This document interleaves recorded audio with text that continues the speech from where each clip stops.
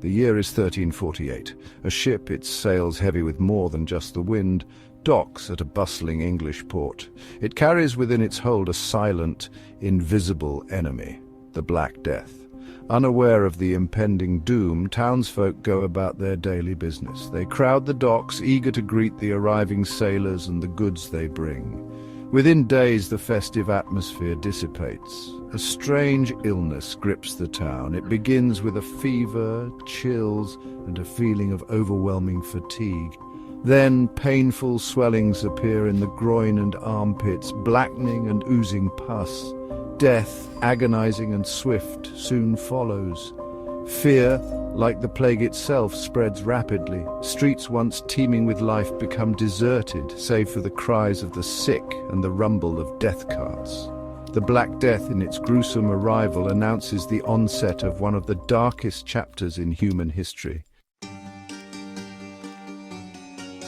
The origins of the Black Death can be traced back to Central Asia, likely in or near China. Here, the bacterium Yersinia pestis, responsible for the plague, resided in rodent populations. Trade routes, particularly the famed Silk Road, acted as conduits for the disease.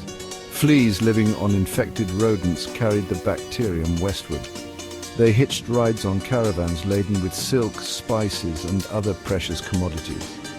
Unknowingly, these traders carried a deadly cargo that would reshape the course of history.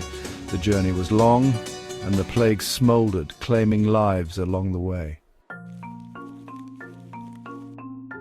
By the 1340s, the Black Death reached the Crimean Peninsula, a bustling hub of trade on the northern shores of the Black Sea.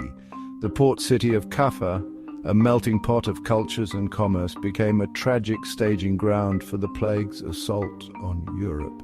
Legend has it that Mongol armies besieging Kaffa catapulted plague-infected corpses over the city walls. This gruesome tactic, whether true or embellished, underscores the horrific nature of the disease and its potential for use as a weapon. The plague ravaged Kaffa, forcing fleeing ships to carry the disease to new shores. The Black Death, primarily bubonic plague, manifested with terrifying speed and ferocity. After an incubation period of 2 to 7 days, victims were struck by a high fever, chills, headache, and weakness. Swollen lymph nodes, called buboes, appeared in the groin, armpits, and neck. These buboes, blackened with dead tissue, oozed pus and blood. Other forms of the plague, such as pneumonic plague, attacked the lungs, causing coughing and bloody sputum. Death, in many cases, came within days of the first symptoms. The swift and gruesome nature of the plague fueled terror. People were dying too quickly for anyone to understand why, let alone stop it. Section 5. The Great Plague in London, a city decimated. In the summer of 1348, the Black Death reached London, England's largest city and a major centre of trade. The city, densely populated and lacking sanitation, proved fertile ground for the plague's spread. The disease ripped through the population with terrifying speed. Londoners died in their thousands, their bodies overwhelming graveyards and piling up in the streets. The stench of death permeated the air. The city's social order crumbled as people abandoned their homes and loved ones, desperate to escape the invisible killer. The Thames River, usually a lifeline, flowed with sewage and the bodies of plague victims. Section 6. England, transformed social and economic upheaval. The Black Death's impact extended far beyond London, ravaging the entirety of England. Rural villages, once seemingly isolated, were not spared. The plague travelled along trade routes carried by infected fleas and unsuspecting travellers. It is estimated that between 1/3 and 1/2 of England's population perished. The sudden and massive loss of life had profound social and economic consequences. Labour shortages crippled agriculture, fields lay fallow and harvests rotted. The feudal system, which relied on a large peasant class, began to unravel. The scarcity of labour empowered those who survived, leading to social unrest. Section 7. The Church in Crisis, Faith Tested by Pestilence. The Black Death shook the foundations of medieval society, challenging deeply held religious beliefs. The Church, a central pillar of life, struggled to explain the devastating pestilence. Some saw the plague as divine punishment for humanity's sins. Others questioned God's mercy in the face of such suffering. The plague undermined the authority of the Church. Priests who administered last rites and tended to the sick died in large numbers. People lost faith in traditional remedies and turned to superstition, magic, and unorthodox religious practices. Section 8. Beyond the grave long-term consequences and recovery. The Black Death, though a horrific catastrophe, ultimately contributed to significant changes in European society.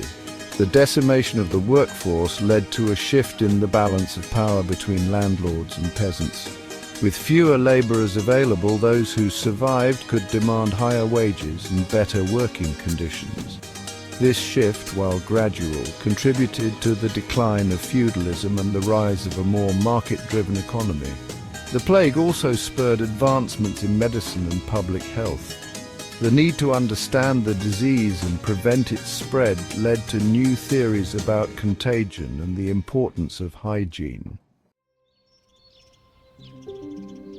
Section 9. The Enduring Shadow, the Black Death's Legacy on Europe. The Black Death left an enduring mark on European art, literature, and culture.